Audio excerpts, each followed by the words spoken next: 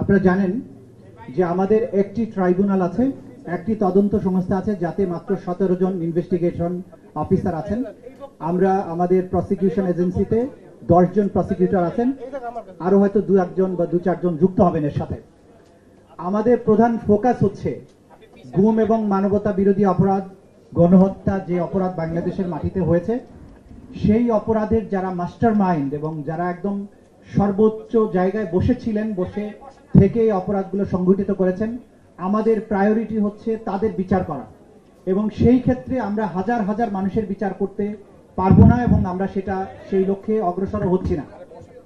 আপনাদেরকে আমরা যেটা বলতে চাই, 56,000 বর্গমাইলের সর্বত্র এই ক্রাইমস এগেইনস্ট হিউম্যানিটি সংঘটিত হয়েছে। এর সাথে আওয়ামী লীগ, যুবলীগ রাজনৈতিকভাবে সম্পৃক্ত ছিল। এর সাথে গোটা বাহিনীগুলোর অধিকাংশ অফিসারকে সংযুক্ত করা হয়েছিল। কিন্তু এই বিচার যদি দেশব্যাপী সকল কিছুর বিচার আমরা করতে যাই, এই ট্রাইব্যুনালের পক্ষে সেই বিচার সম্ভব নয়। ক্রাইমস এগেইনস্ট হিউম্যানিটিতে সাধারণত টপ কমান্ডারদের বিচার করা হয়।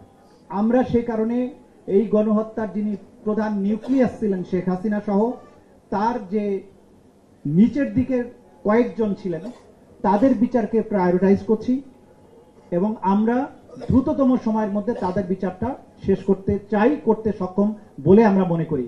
কিন্তু সারা দেশব্যাপী বিভিন্ন জায়গায় যত অপরাধ হয়েছে, গ্রাউন্ড লেভেলে যারা অপরাধের সাথে সম্পৃক্ত ছিলেন তাদের বিরুদ্ধে বিভিন্ন থানাতে মামলা হয়েছে। আজ সাধারণ আদালতে যে বিচার চলছে সেটা চলমান থাকবে। সেই বিচারগুলো করতে কতদিন সময় লাগবে সেটা সংশ্লিষ্ট আদালত বলতে পারবেন।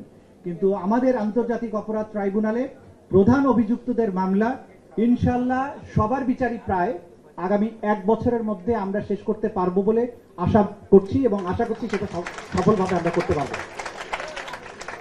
আমি 2 দিন আগে মাননীয় প্রধান উপদেষ্টার সাথে কথা বলেছি। তিনি আমাকে যেটা বলেছেন তাতে আমার সাহসটা বেড়ে গেছে। তিনি বলেছেন যে আমাদের অনেক প্রায়োরিটি আছে এই সরকারে, কিন্তু সবচাইতে বড় প্রায়োরিটি হচ্ছে যারা দেশটাকে খুন এবং গুমের স্বর্গরাজ্যে পরিণত করেছিল, যারা ছাত্র জনতার রক্তে এই বাংলাদেশের মাটি রঞ্জিত করেছে, তাদের বিচারটা আমাদের 1 নম্বর প্রায়োরিটি। কাজে এই জায়গায় ব্যর্থ হওয়ার কোনো সুযোগ নাই। আমরা সবার বিচার করতে পারবো না, কিন্তু টপ স্কোরারদের বিচার ইনশাল্লাহ বাংলাদেশের মাটিতে আন্তর্জাতিক স্ট্যান্ডার্ড মেনটেন করে নিখুঁত এবং নিরপেক্ষভাবে ট্রান্সপারেন্ট ওয়েতে আপনাদের বুঝিয়ে দেব যে কতটা স্বচ্ছভাবে বিচার করা যায় এবং যারা সম্পৃক্ত ছিলেন তাদের অপরাধটা কি। আপনারা আমাদের প্রতি সমর্থন অব্যাহত রাখুন, আমাদের প্রতি আপনাদের সাহায্যের হাতটা প্রসারিত রাখুন। ইনশাল্লাহ নির্দিষ্ট সময়ের মধ্যে আমরা আমাদের কাজটা করতে সক্ষম হব। আপনাদের সবাইকে ধন্যবাদ।